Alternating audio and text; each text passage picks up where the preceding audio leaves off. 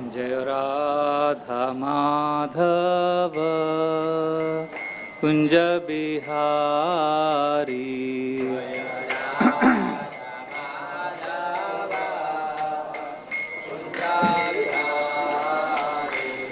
जय राधा माधव कुंज बिहारी।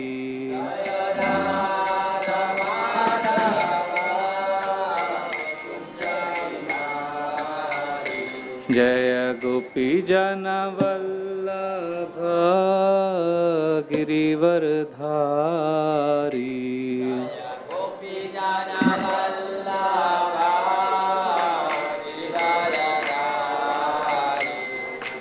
यशोदानंदन ब्रज जन रंजना।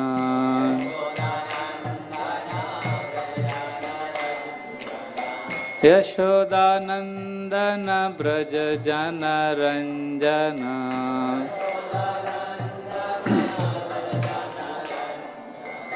यमुना तीरावनचारी। यमुना जय राधा माधव कुंज बिहारी।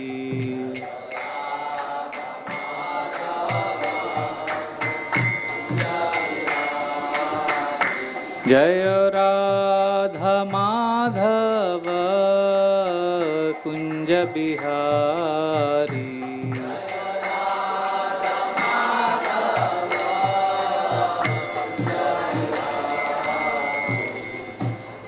जय ओम विष्णुपाद परमहंस परिव्राजकाचार्य स्तोत्र श्री श्रीमद डिवाइन ग्रेस अभय चरणारविंद भक्ति वेदांत स्वामी श्रील प्रभुपाद की। इस्कॉन बीपीटी संस्थापक आचार्य श्रील प्रभुपाद की। जय ओम विष्णुपाद परमहंस परिव्राजकाचार्य स्तोत्र श्री श्रीमद डिवाइन ग्रेस श्रील भक्ति सिद्धांत सरस्वती ठाकुर महाराज श्रील प्रभुपाद की जय। ग्रंथराज श्रीमद् भागवतम महापुराण की जय।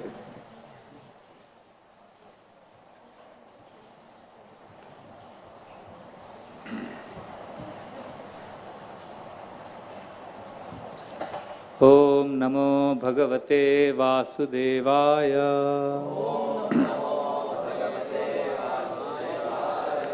ओम नमो भगवते वासुदेवाय। ओम नमो भगवते वासुदेवाय।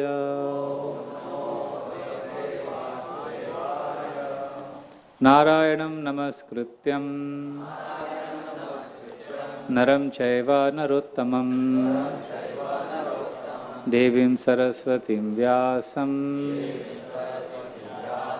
ततो जायामुदीरये। नष्टप्रायेषु अभद्रेषु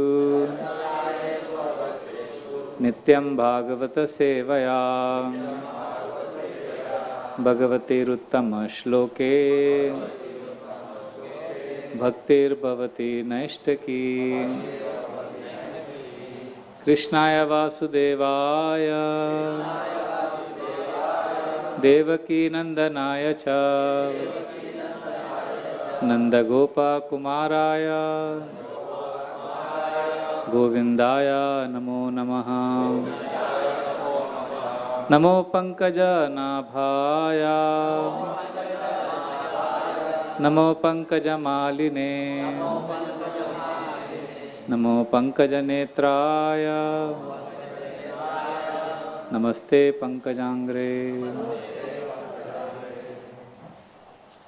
Hare Krishna. Today morning we are reading from Srimad Bhagavatam, Canto 1, Chapter 17, chapter entitled Punishment and Reward of Kali, text number 13. Please respond. आख्याहि वृषभद्रं वा साधूनाम् अकृतागसाम् आत्मवैरूप्यकर्तारम् पार्थानां कीर्तिदूषणम् आख्याहि वृषभद्रं वा साधूनामकृतागसाम् आत्मवैरूप्यकर्तारम् पार्थानां कीर्तिदूषणम् आख्याहि वृषभद्रं वा साधूनामकृतागसाम् आत्मवैरूप्यकर्तारम् पार्थानां कीर्तिदूषणम् आख्याहि वृषभद्रं साधूनाम् अकर्कसाम् आत्मवैरूप्यकर्तारम् पार्थानां कीर्तिदूषणम्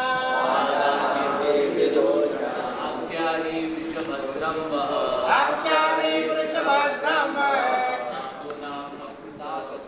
साधूनामकृतागसाम् आत्मवैरूप्यकर्तारम्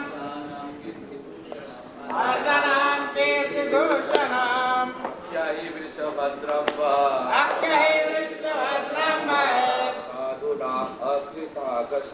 साधूनामकृतागसाम् आत्मवैरूप्यकर्तारम् पार्थानां कीर्तिदूषणम्. Mataji's word to please chant.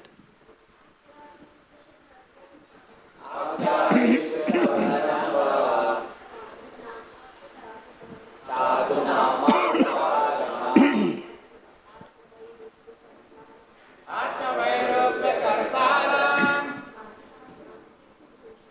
पार्थानां कीर्तिदूषणम्. Word to word meaning. Akyahi, just let me know. Vrisha, O bull. Badram, good. Vaha, for you. Sadhunam, of the honest. Akritagasam, of those who are offenseless. Atma Vairupya, deformation of the self. Kartaram, the doer. Parthanam, of the sons of Pritha. Kirtidushanam, blacken the reputation. Translation and purport by His Divine Grace, Shri A.C. Bhaktivedanta Swami Srila Prabhupada.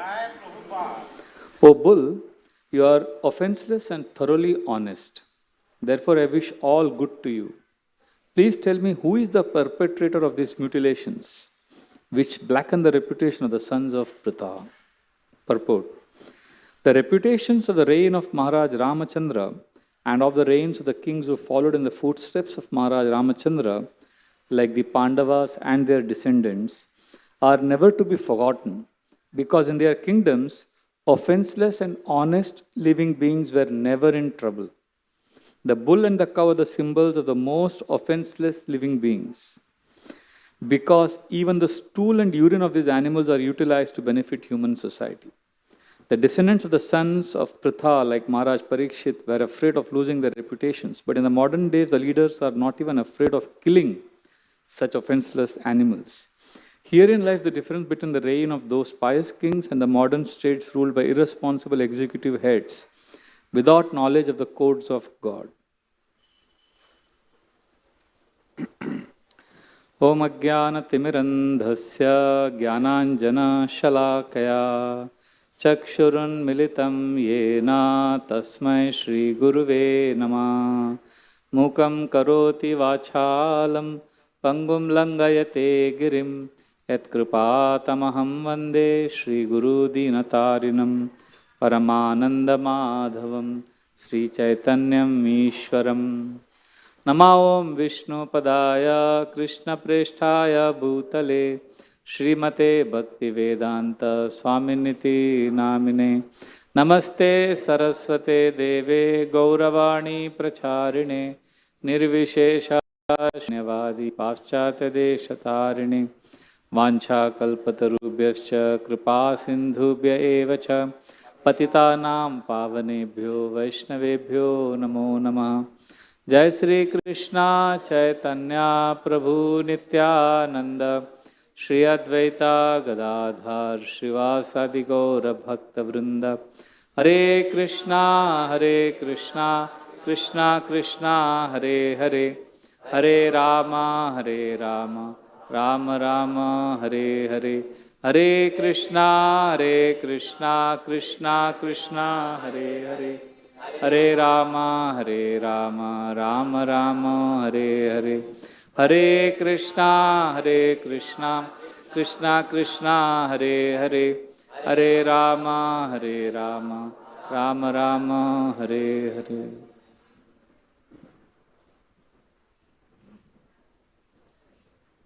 Yonta pravishya mama vachamimam prasuptan sanjivayata kila shakti dhara swadhamna anyam shahasta charana shravana tvagadin prananamo bhagavate purushaya tubhyam katanchana smrite yasmin duskaram sukaram bhavet vismrite vipritam sya Shri Chaitanya namamitam.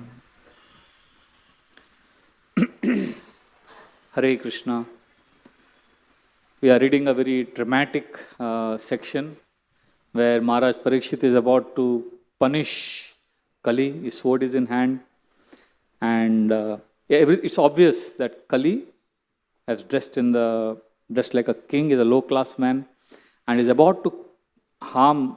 He's already harmed the bull and the cow, and Maharaj Parikshit. It's obvious, but he doesn't want to assume. He just is waiting for the answer from bull. Dharma. And once Dharma says, yes, this man is harming me, then Parikshit Maharaj is ready to kill or punish Kali. For this chapter, what we are reading is explaining how Parikshit Maharaj is an ideal king and who is appropriately chastising and punishing Kali, and is not hesitant.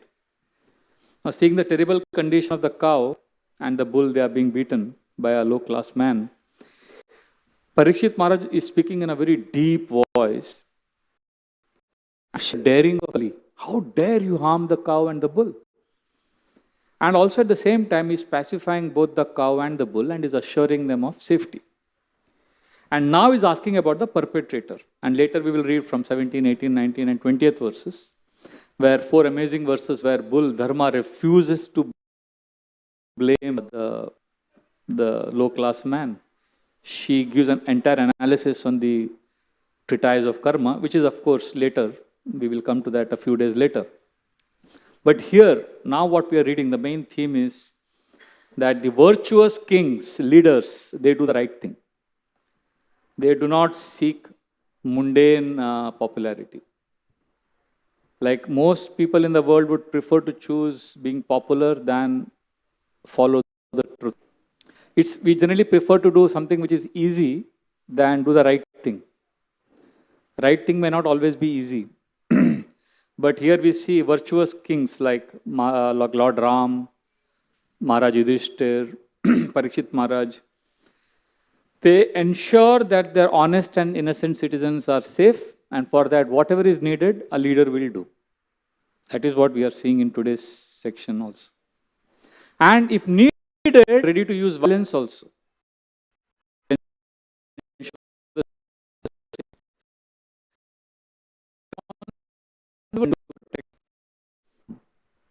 And the mood is what? I mean, this is externally they are doing like this, but the internal mood of a devotee king or a devotee leader is, I'm a servant, and to serve the devotees best, if I have to raise the sword, I will do that. Srila Prabhupada, a very beautiful pastime, July 1975, he was in San Diego, and he was giving a class, and that time in America there's big news, like we had a few years back when the terrorists attacked. Everybody it had completely engulfed the consciousness of the nation. So in July 1975, when Srila Prabhupada was in America, and that time, American merchant navy ship, it had gone into the waters and it had crossed the border, I think, something like that. There is a line, they have Cambodia's military had arrested that vessel, and US had declared war, and their marines had attacked, and they lost 15 of their marines, and 50 of them were injured, and it was a big news. And finally, they protected their ship. So it was a big news. So, and devotees, most of them were sitting in the class were all Americans. Everybody was American there, and they were disturbed about this news. So. And then they asked Srila Prabhupada that, Srila Prabhupada, should we practice non-violence? Should a leader be kind and empathetic and understand? And Srila Prabhupada gave a brilliant answer. He said, what the American government did is the best thing to do. And then he said, America should tell Cambodia and anyone else who harms them that if you touch the hair of one of our men, there will be fight. And devotees became very happy. They were like, yes. And devotees felt there was spiritual patriotism. And then Prabhupada said, but first we should tell them to become Krishna conscious. And then we should tell them, don't harm our men. So Srila Prabhupada had a lot of clarity, generally spiritual leadership means one has to practice ahimsa. Non-violence is very, very important. At the same time, Srila Prabhupada also said that as a means, sometimes violence needs to be used, especially in leadership issues, national issues. You can't just say, for ourselves we are non-violent. But when others are harmed, one has to take up arms. Like when Srila Prabhupada, Radha Prabhu said this past time. Srila Prabhupada went to meet one very famous guru who was an advocate of non-violence. And as they were talking, and he was like extreme non-violence, So Srila Prabhupada immediately asked him, and his lady disciples were sitting next to him. And he said, if you are going with your lady disciples and if somebody misbehaves with your lady disciple, will you still be non-violent? So this sadhu kept quiet for some time. And he said, yes, I will practice non-violence. And immediately that lady disciple looked at that guru and she shouted. She said, you will be non-violent. And then Prabhupada, he lightened the conversation, he laughed and he said, no, one has to pick up arms. And then that sadhu kept quiet. But Radha Shambhara was explaining how sometimes people are attached to the stand they take. And they make that detail as a rule, as a principle. So, Srila Prabhupada endorsed violence when it was, like in Parikshit Maharaj's case. He is ready, but it is in the mood of providing justice and using the proper means. Like for example, we have the famous leader in India who advocated non-violence. And there are these 3 famous letters or infamous letters he wrote. One to Winston Churchill telling them that when Hitler is attacking you, you should open your doors and allow him to destroy your country. You should practice. These are actual letters. And that's when Winston Churchill was like disgusted with the leader as well as India. And then he wrote a letter to the Jews in Germany and other countries in Europe. He said, you should allow Hitler to destroy you because anyway you are dying. So you should willingly allow it. And then he declared to the Hindus that because they were being attacked by one community, he said, if you allow yourself to be killed, you will usher in a new era of peace. I'm not holding anything against him because, a person has many aspects to his personality. So this may be an unfortunate aspect, but he may overall be a good man. So I'm not holding it against him. It's just that sometimes we take non-violence to the other extreme. If Parikshit Maharaj cannot fold his palms and tell this perpetrator that asamat karo, there is a nice saying I heard. अगर दुश्मन समझाने से समझ जाता तो बांसुरी बजाने वाला कभी महाभारत युद्ध नहीं होने देता. So you can't just be. Basically, non-violence has to be practiced by those who are strong. It is not a tool for the cowards. And the worst part is, many think that I'm non-violent means I'm very, very good.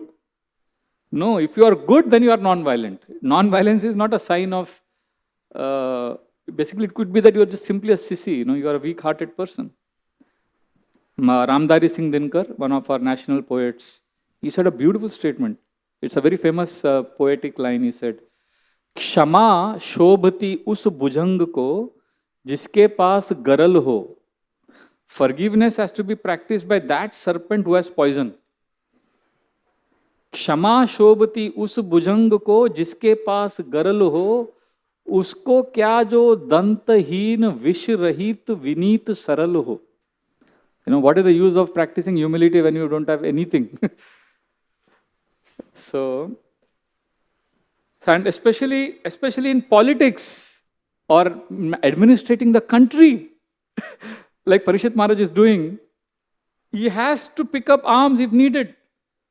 Srila Prabhupada, yesterday I got this amazing Prabhupada's quote. I want to play it as it is. This is amazing, Srila Prabhupada's clarity. Just look at the clarity on violence. I'll just play this. But Gandhi, he also read Bhagavad Gita and he made so many wonderful comments on Gita. Wonderfulness is for the rascals of the fools. What wonderful, yes.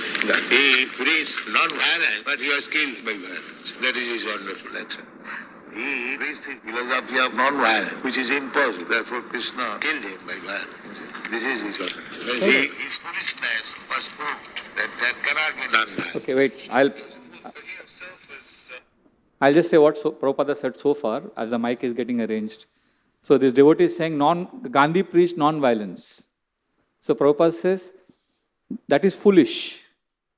Then he said, no, he's preaching on the basis of Gita. Prabhupada said, Arjuna also wanted to be non-violent. But Krishna told him to fight. So Gandhi is saying non-violence. Where do you put it? Here?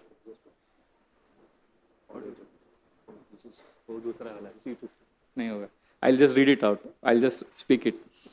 So then Prabhupada says, but Krishna told Arjuna to fight. So how can you say Gandhi is right?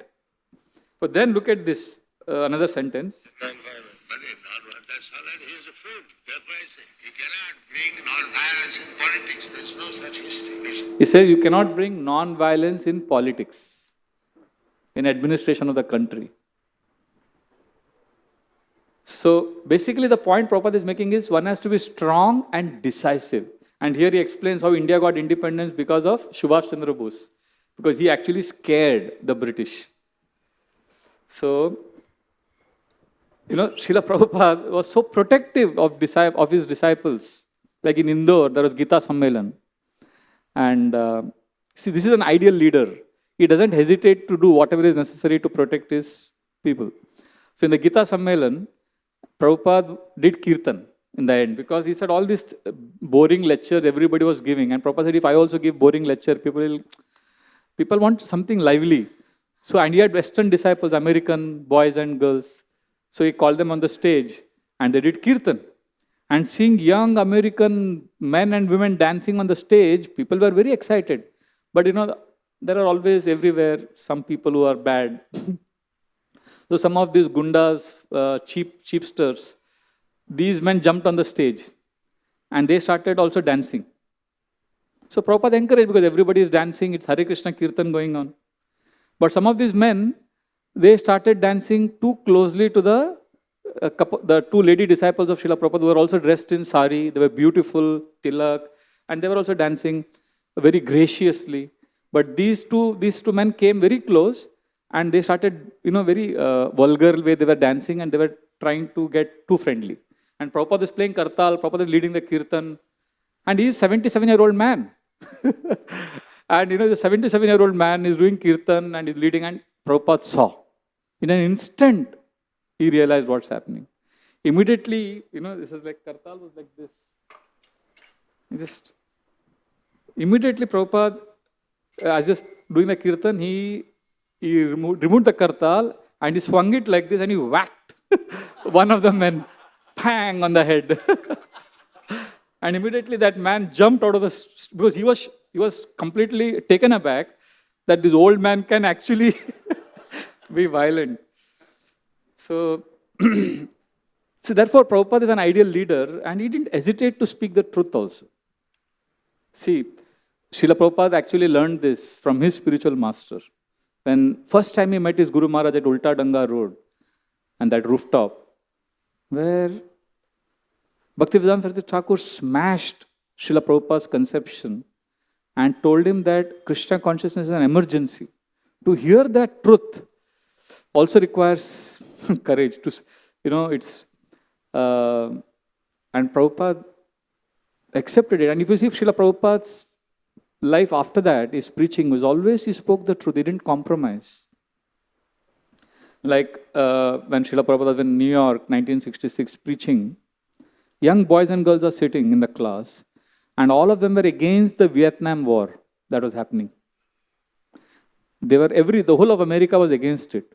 And Srila Prabhupada is speaking on Bhagavad Gita, and he's speaking about how Arjuna doesn't want to fight the war, and Krishna is telling him to fight the war. So this example was agitating the people who had come for the class, because they were connecting Arjuna fighting the war with Vietnam War, although it was not connected. And Srila Prabhupada had chosen a very volatile example, that Arjuna doesn't want to fight and Krishna is telling him to fight. So one of the students asked, "What do you think of Vietnam War? Should we fight?" Srila Prabhupada said, if Krishna is telling you to fight, and if the situation is such that there has to be violence, there has to be war, then war is necessary. But they couldn't take it, many of them. So then they said, no, what about the Vietnam War? Srila Prabhupada said, Vietnam War will be over in some time. But please understand the importance of following Krishna. So many of them couldn't understand, okay, if you're not addressing the Vietnam War, then what is your relevance? But Srila Prabhupada was challenging them to understand something deeper. Like later on, in few years later in 1971, India-Pakistan war is happening. And Delhi was being bombed. And it was blackout. So the reporter was interviewing Srila Prabhupada. Suddenly there was a blackout and she panicked. Oh, Swamiji, please tell Yahya Khan to stop the war. Srila Prabhupada said, why do you want to flatter Yahya Khan? If Yahya Khan doesn't kill you, won't you die? He was challenging them to go deeper. So therefore, this is not easy, but at the same time, a pure devotee will become empathetic, he will understand. At the same time, when push comes to shove, as they say, when you are provoked and when you have to choose, then you have to be decisive and clear. Leadership cannot be, sitting on the fence. I was quoting Ramdari Singh Dinkar. He says a very nice line. Samar shesha hai nahi paap ka bhagi keval vyad. Right now he's saying the situation is such that the culprit is not only the one who is inflicting violence. He's talking about a context where the British were attacking. He said it's not the British themselves who are to be blamed. Samar shesha hai nahi paap ka bhagi keval vyad. जो तटस्थ है समय लिखेगा उनका भी अपराध. Those who are indecisive, those who are refuse to take a stand, history will blame them also. So leadership is decisive and actions one has to take. And this is not because that leader is proud or is aggressive. No, he is rooted in the conception, the principle that I am a servant and I want to serve. And to serve what is best I will do. And Radheshyam Prabhu asked His Holiness Radhanath Swami Maharaj that Maharaj, sometimes I have to scold the brahmacharis in our ashram and they feel bad. So, but appreciation, but I don't think, sometimes it's not deserving appreciation. So should I appreciate them or should I scold them? I'm confused. So Maharaj said a very nice answer. Maharaj said, sometimes you may have to scold or sometimes you may have to appreciate, but always remember that what you should do which will help that devotee feel closer to Krishna. What will help him experience Krishna's love in his heart. And whatever is best, that has to be done. And King Parikshit, Maharaj Parikshit is convinced he is a servant. And he wants to serve. Therefore, when the provocation came later on, when he had to leave everything, he was detached. He was not like holding on. Sachintayam ittam mata shunodhyatha mune sutokto niratis takshakaya sasadu mene nachirena takshaka nalam prasaktasya virakti karanam. When he heard Takshaka is cursed and is going to die, Shringi is cursed and Takshaka is going to kill him, he was ready. I mean, this shows he was detached. This shows that he was not holding on to his position. He was in the mood of a servant.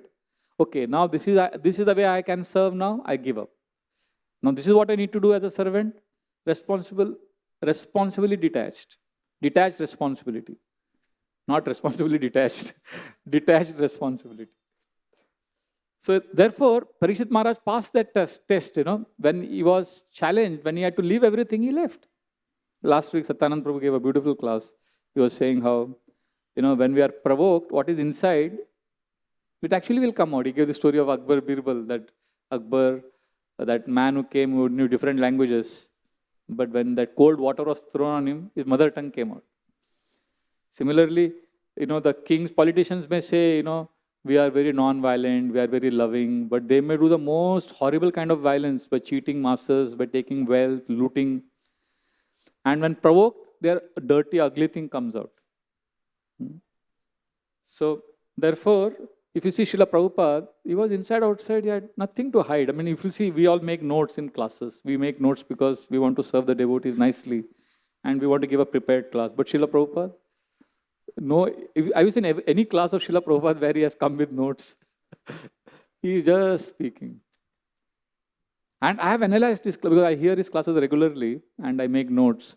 Every class is systematic, I mean, he takes a verse and that theme, he may go here and there, but he'll keep coming back to the theme of that class. Beautifully he builds up. Krishna, just inside, outside is... See, Prabhupada, what he thought of, he was inside, outside Krishna, so just came out. Like for us, we think one thing, we feel second thing, we speak the third thing, we do the fourth thing. So we need a lot of notes. I mean, I'm talking about myself. But Parikshit Maharaj, he was aggressive when he needed to be, but later on, when he had to leave the world, he renounced. And what happened is interesting. When the news spread that Parikshit Maharaj is renouncing, everybody came to see him. Tatropa jagmur bhuvanam punana mahanubhava munaya cha shishya prayena tirtha bigama padesher swayam tirthani punanti santha. So when he gave up, mahanubhava, all great souls came with their disciples. And the disciples asked, "Oh Gurudev, where are you taking us?" They said, Prayena Tirtha Bigama Padeshir. We are going to a holy place of pilgrimage.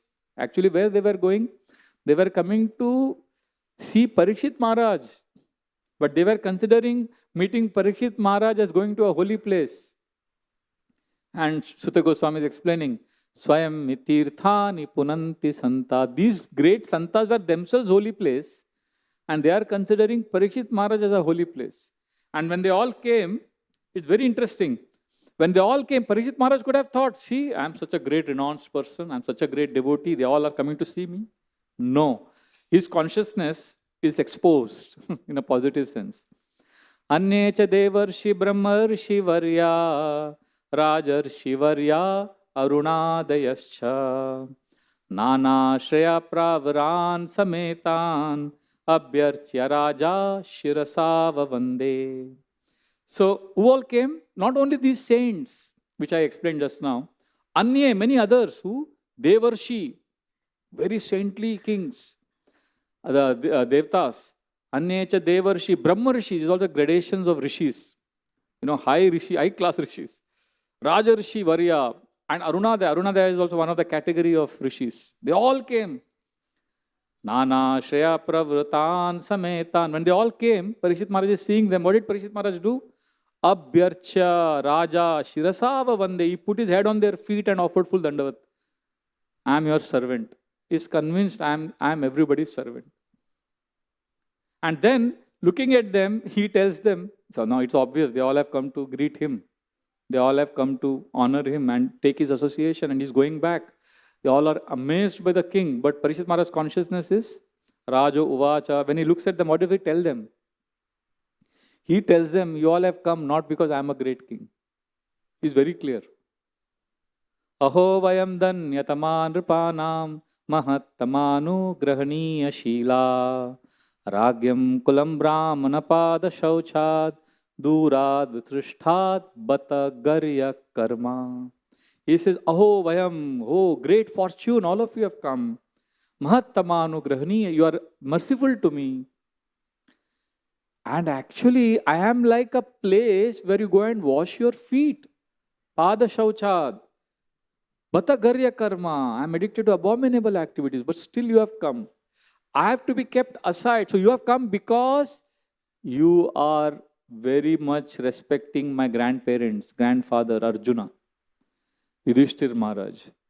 Because they are great devotees of Krishna, to honor them you have come. He is not in illusion that I am a great king. No. This is very important, you know. A leader will always be in this mood. That's why one of our very big leaders in the country washed the feet of all the people who are doing low-class job. So when our His Holiness Srila Gopal Krishna Maharaj met him and praised him, apparently this leader told Gopal Krishna Goswami Maharaj that actually, ultimately, whatever I'm doing, I have to be detached. You know, ultimately, this is temporary. So then Maharaj explained to him that we can't say that to you, although we are renounced order. But you are saying it, that's good, because you are in that mood. So that detachment is very good. So that's why he kept said that, you know, I am Pradhan Sevak, I'm servant. So of course, you know, somebody may claim that, oh, it's all political gimmick. But if you see, only a servant who is detached from position and power and only attached to service, only he can have a peaceful sleep. When he was interviewed, whether you get, what about your rest? He said, as soon as I lie on the bed, I get good rest. And I was reading New Zealand Prime Minister. She's in her early 40s. She couldn't handle the tension and the anxiety of the job of Prime Minister of New Zealand. So she resigned.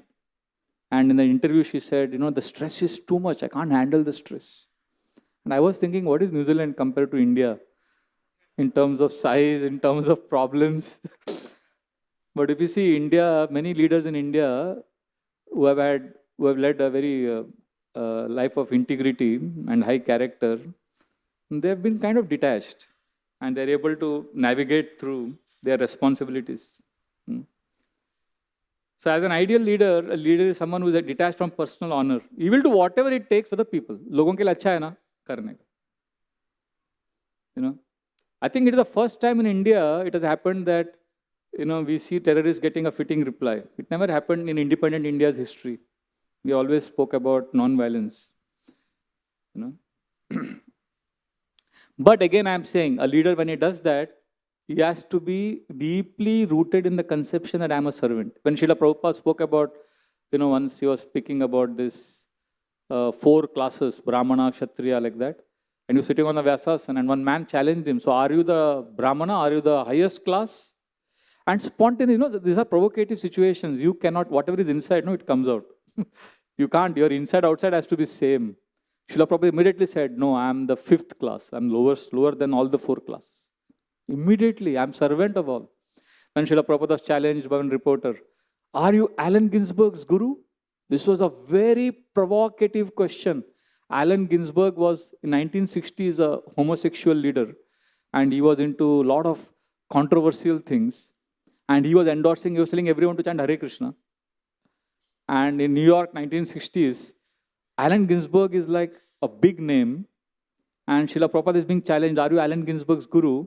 And if he says no, then Allen Ginsberg will feel alienated. He will feel hurt. And if Prabhupada says yes, then he is endorsing or approving of what Allen Ginsberg is doing. So Prabhupada had to give a clever answer, but Prabhupada gave a genuine answer. Because it was asked immediately, and Prabhupada, immediately without batting an eyelid, when he was asked, are you Allen Ginsberg's guru? Immediately Srila Prabhupada said, I am nobody's guru, I am everybody's servant. So devotees thought, what a clever answer. But it was not clever, it was on the spot. You know, when you are provoked, now what is inside comes out. And if we put up a different front outside, then our inside, whatever is there, at the right time it will take revenge. it will come out. You know, once we were serving, I myself cooked sweet rice, and we had made nice sweets in our program, congregation program. And I knew one boy, I wanted to feed him because he's a nice boy. He was going through some struggles. He was chanting 16 rounds. So in the prasadam serving after the program, so it's a congregation program, and he was sitting, but he was refusing to take sweet rice. Nahi Prabhuji, nahi. I was thinking, isko kya ho gaya? And then I could sense he was trying to impress some of the girls there. So he wanted to show that, you know, he's like strong man. You know, I don't take sweet rice. Oh no, Prabhuji. Very little. He was like, kya chal raha hai? So anyway, then we wound up, cleaning ho gaya, sab ho gaya. Raat ko 10 baje everybody went, and then in the base, we were staying in the base. So at night 2 o'clock, I got up to go to the washroom, and I see him in the kitchen, in the refrigerator. He had opened the remaining sweet rice. He was eating sweet rice. So I said, oh, let me not disturb him. So आ गया ना जो अंदर था वो बाहर. The inside will take revenge. So Prabhupada, inside outside was same. So he had no problem. I'm a servant. So when you have challenge, so leader is somebody who will be aggressive if needed, but he is a servant. So that aggression is because that is needed to be done. Like, you know, humility, if you see in India, the leadership, whoever ideal leaders in the past, they all embodied this integrity and high-class character. See Rajgopalachari, India's first and last Governor General after independence. He is the one who wrote this famous Mahabharata and Ramayana, which as children we grew up reading Rajgopalachari. And when Lord Mountbatten said, I have to go for my nephew's wedding in India, in England, so somebody has to manage the Governor General and this post for some time. So see, Rajgopalachari was made temporary for 6 months, and then also he was made the Governor General. So when Mountbatten came back, he was shocked to hear the report from the staff, because it's like, you know, huge palace where the Governor General was living, 500 rooms and how many servants. So everybody, and then Mountbatten was shocked when he got the report that Rajgopalachari was living in only one room, and that too half room, on the floor, washing his own clothes, eating once a day khichdi. That also he only cooked. And he was the highest position in the country. So he got completely bewildered because the leaders he was dealing with and he was close to was completely opposite. So he was completely bewildered by this. And then, if you see many world leaders at that time, John F. Kennedy met Rajgopalachari for just 15 minutes and they spoke something. And 40 years later when Kennedy said, not 40 years later, immediately after that when he went back to America, Kennedy said that the most profound influence in my life ever was those 15 minutes with Sri Rajgopalachari. He's such an unassuming, simple man. And Jimmy Carter was the one who met Rajgopalachari for another 10-15 minutes in some conference in 1940s or 50s. And then later, 40 years later, he wrote a book. And in that book, he says, the person who had the deepest influence on me was Sri Rajgopalachari. So, you know, you don't need any position, power to be influential. How we live inside, outside, same. Like Lal Bahadur Shastri is a great example. Lal Bahadur Shastri, our India's former Prime Minister, he, once one of his friends came and said, I want 500 rupees loan. He said, my salary is 1,000 rupees and nothing is saved, so I can't give you loan. After some days, he came to him and said, thank you, yaar. Your wife gave me the loan. But acha? So he went to his wife and said, Arey, kaise loan diya usko? He said, aapka salary 1,000 rupiya hai. So every month I'm able to save 100 rupees. So then, and I had last 5-6 months saving, so I gave him. So he said, really? Oh, 900 rupees mein ho jata hai? So he wrote a letter to the government saying that please reduce my salary by 900 rupees because I'm able to manage my life. So these are the leaders in the past, you know. So So therefore, Parikshit Maharaj, if you see, that Parikshit Maharaj given us the template.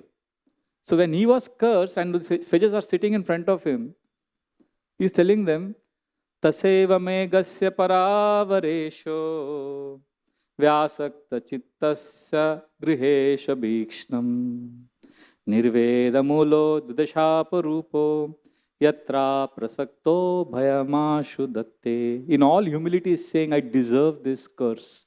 I deserve to give up this body, and I'm very attached to my family, to my kingdom. So this is the best thing that has happened to me. So like this, there are beautiful, it's a beautiful section of in the 19th chapter of first canto.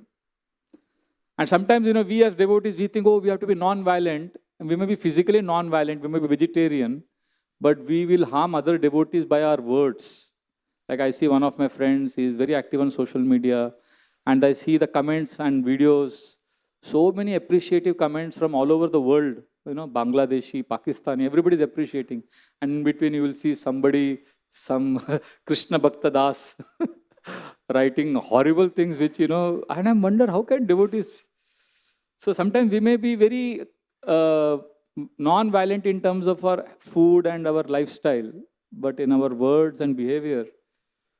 So, but if I'm fixated as a servant of Krishna, then I will do whatever is needed. So the main thing is I'm a servant. I remember once His Holiness Sachinandan Swami Maharaj was being introduced in a youth festival. So the person introducing kept saying, Maharaj has done this course, Maharaj has this degree, Maharaj is expert in mediation, so many things, this to attract the new people. He kept saying, and Maharaj was hearing very attentively as the introduction was going on. Oh, very nice. So after the introduction, then Maharaj said, oh, Prabhu, you forgot to mention one point. So then this devotee said, oh, yeah, Maharaj, sorry, you are PhD also, no? Maharaj said, no. You forgot one point. So then he was, as the devotee was wondering, Maharaj said, you forgot to mention that I am the servant of all devotees. That is my most important qualification.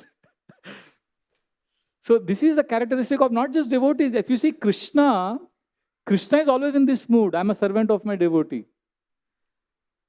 And of course, devotees don't simply say I am a servant. If you see how Krishna enters in the Bhagavatam, how does Krishna enter the Srimad Bhagavatam? Where does he enter? 7th chapter, 1st canto. He enters as Arjuna's driver. So he is not simply saying he is servant of his devotees, he is actually showing by his action. His nature is showing.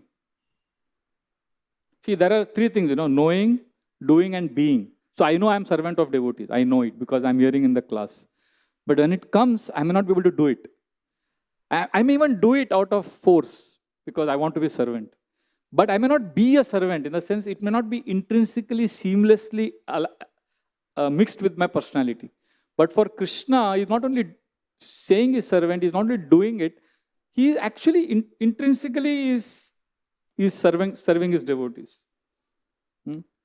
So we have to also be in that mood. And there are millions of leelas where Krishna is servant of his devotees. In Rajasuya Yajna, he is washing the feet, right? As chariot driver of Arjuna. After Jarasandha was killed, you know what happened? They all came back to Hastinapur. So, who all had gone to kill Jarasandha?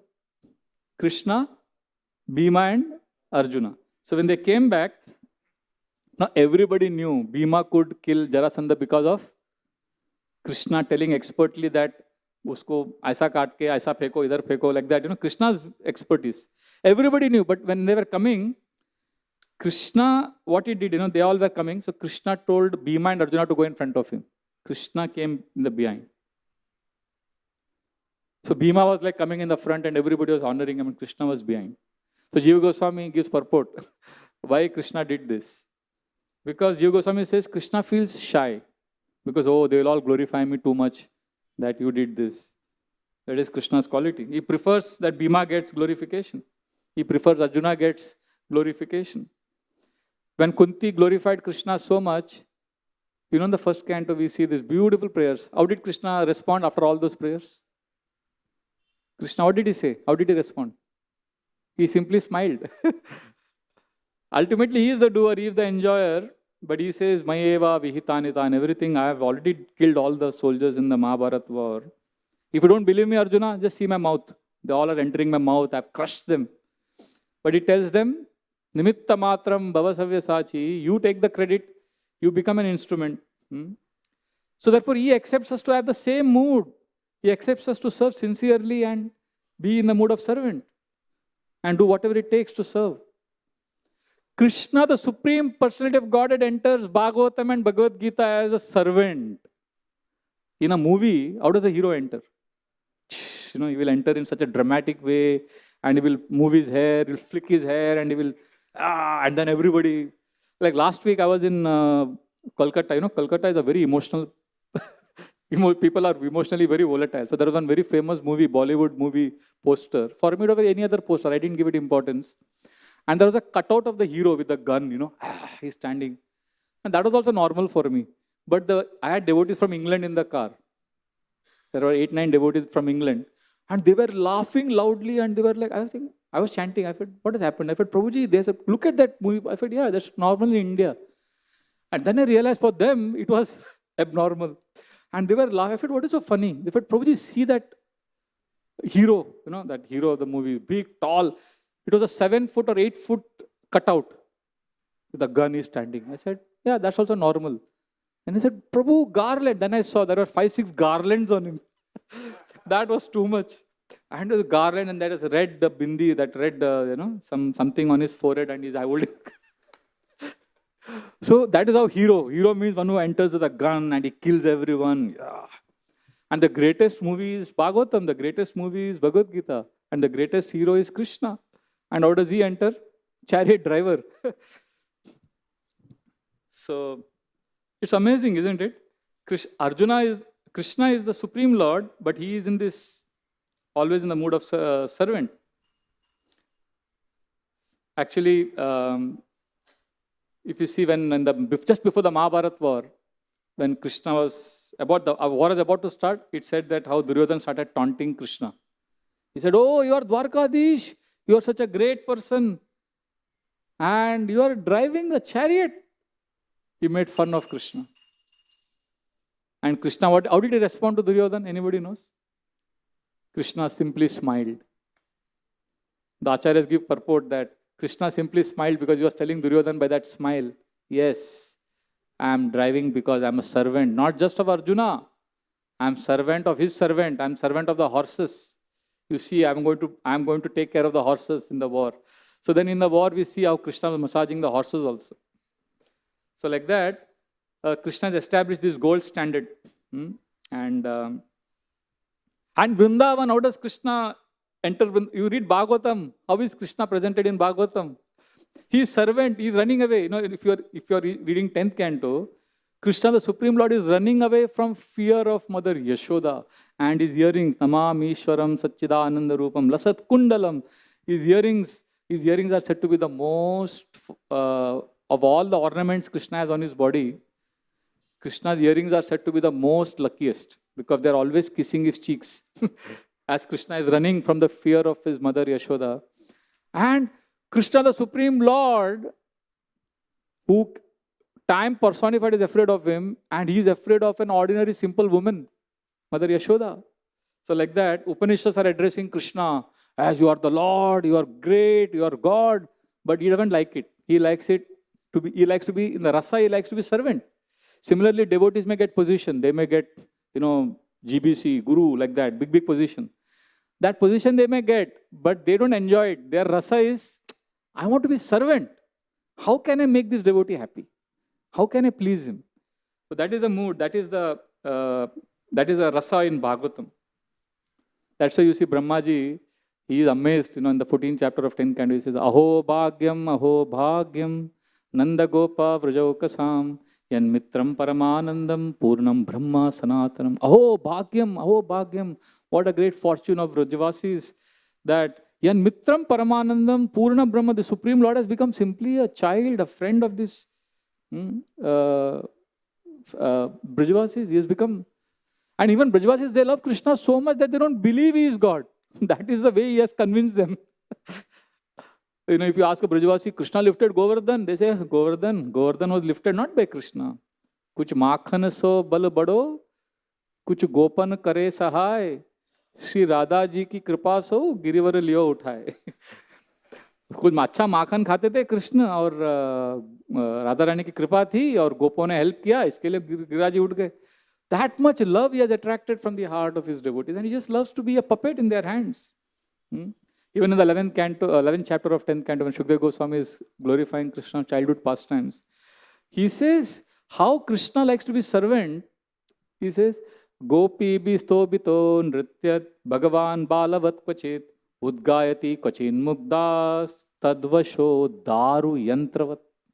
He says when gopis say Krishna dance, so Krishna starts dancing. Gopis say Krishna sing, so Krishna starts singing. Why? Because Shukdev Goswami says daru yantravat. He is like a wooden doll in the hand of the devotees. And then his father says, Krishna, get me the asan, get me my footwear. Bibarti kvachit agyapta pita konmana padukam bhaukshepam cha kurute swanam cha pritiavahan. So he gets his father's sandals. Then his father says he has to pick up a mortar. And he's trying, and he's not able to lift. The Supreme Personality of Godhead is not able to lift a simple mortar. And then what does he do? Bhukshepam cha kurute. He starts patting his shoulders and arms. Oh, I'm going to become strong one day. And then I'm going to lift. Now what is happening because of this? Priti, swanam cha priti mavahan. The gopis and the gopas are seeing it and their love is increasing so much. So why does he do all of this? Shukdev Goswami finally gives an emphatic declaration. Because Krishna is convinced that he is a servant. Darshayam stadvidam loka atmano britya vashyatam mrajasyo vahavai harsham bhagavan balacheshtite. Two reasons why Krishna performs childhood pastimes in Vrindavan. First is to give happiness to his friends and devotees in Vrindavan and to declare to the whole world that Atmano Britya Vashyatam. I am controlled by my servants and I am their servant. So if devotees, if Krishna is himself setting the standard, how much more we have to be in this mood that I am a servant of devotees. So let us cultivate this mood, and in this mood when we serve, then whatever is needed we will do. Sometimes one has to be aggressive, one has to be assertive, one has to be humble. Whatever is needed, that will be done. That is the mood basically. I am the servant in all situations. Details may vary. Parishit Maharaj is convinced I am servant. Sometimes he has to pick up the sword to chastise Kali. At other times he will drop everything and fall full dandavat to devotees. In this mood when we cultivate, we perfect our devotional life. Hare Krishna, Krishna Krishna, Hare Hare, Hare Ram, Ram Ram, Hare Hare. Thank you very much, Hare Krishna. Any comments or questions? Yes, bro.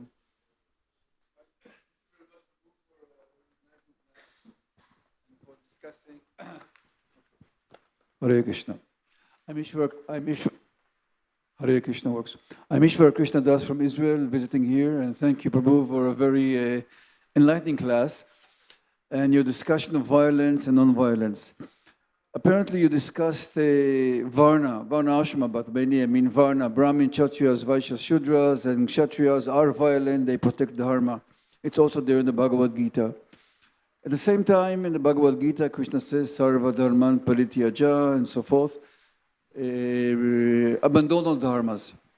So, and apparently you went back and forth between the principle of non-violence and the principle of violence. So my question, are we devotees committed to dharma?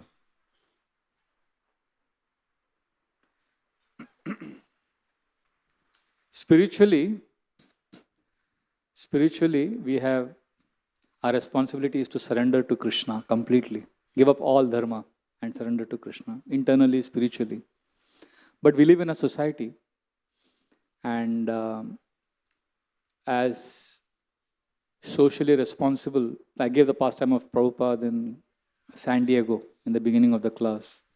Sometimes we have responsibility, like for example, during the Kargil war in 1999, there was a war, India and Pakistan war. And it was a Sunday Bhagavatam class. The temple hall was packed with devotees. And one devotee asked a question to His Holiness Radha Swami Maharaj. He said, Maharaj, right now there is India-Pakistan war going on, Kargil war. And we are devotees. Our dharma is to just surrender to Krishna and not worry about anything else. So, are we responsible or are we committed to dharma? What should we do in this situation? Something similar, right? And Maharaj gave a beautiful answer. It's still etched in my heart. Maharaj said, if we are indifferent, we should know one thing, that we are able to practice devotional service right now because somebody is protecting our land. And if we don't support and empathize with them,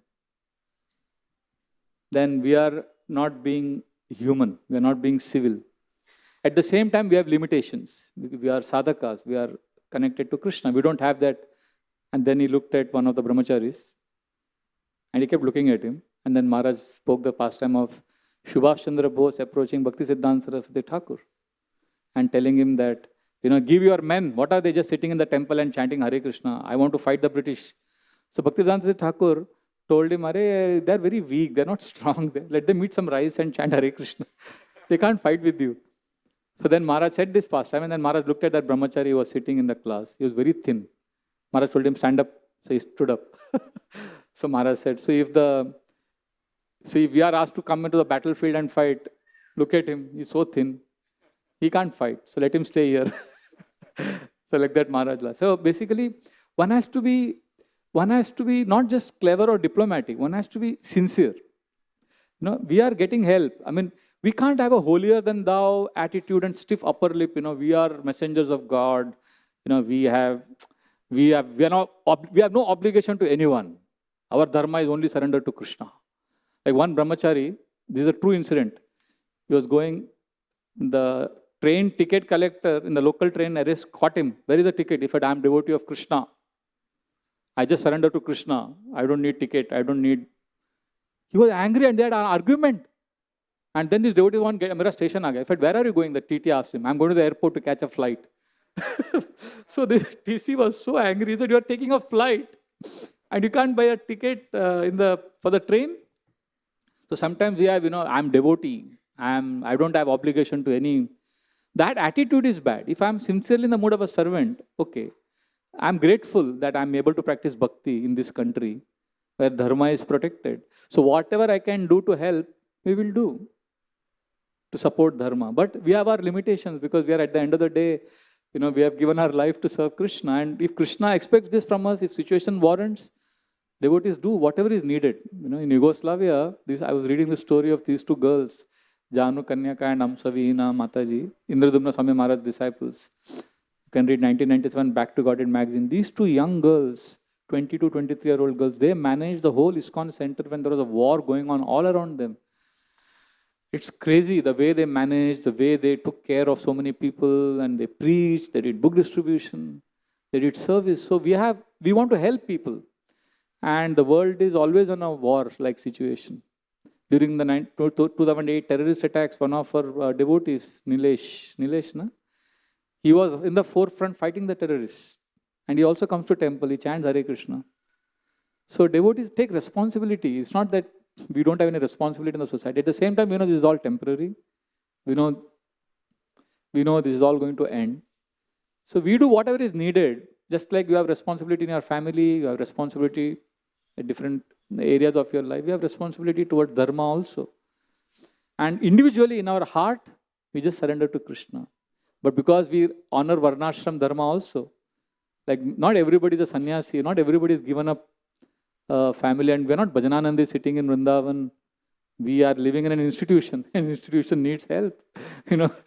If you are sitting under a tree in Vrindavan and doing bhajan, then you don't need anything. But if you need even a fan above your head, then you need management. You need institution. You need to deal with people. You need to deal with governments. So then one has to be wise. One has to be mature and do the needful. Is that okay, Prabhu? We'll stop here. It's 9:25. Thank you very much. Hare Krishna. Granthara Srimad Bhagavatam ki jai. Srila Prabhupada ki jai.